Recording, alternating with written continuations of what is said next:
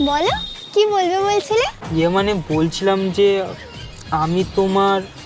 এই তো এবার বোধহয় বলবে আমি তোমার জন্য একটা গিফট এনেছি।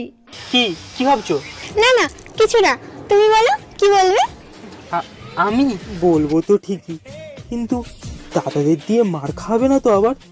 ওর যে ওই গুন্ডা দাদাটা আছে, ওকে তো দেখলেই ভয় লাগে।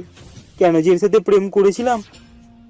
আরে বাবা, একটা গিফটই তো দেবে, এত টাইম লাগাচ্ছে কেন? হাতে তো কিছুই দেখতে পাচ্ছি না, বোধহয় পাশে কোথাও লুকিয়ে রেখেছে। উফ, কি ভালো বয়ফ্রেন্ডটা। আর সবাই কেন জানি না ওর নামে এত খারাপ খারাপ কথা বলে, কি জানে। জেলাস, সব কটা জেলাস আমাকে দেখে। দেখো আমি তোর সাথে থাকতে পারবো না, অন্য একজন ভালোবাসি।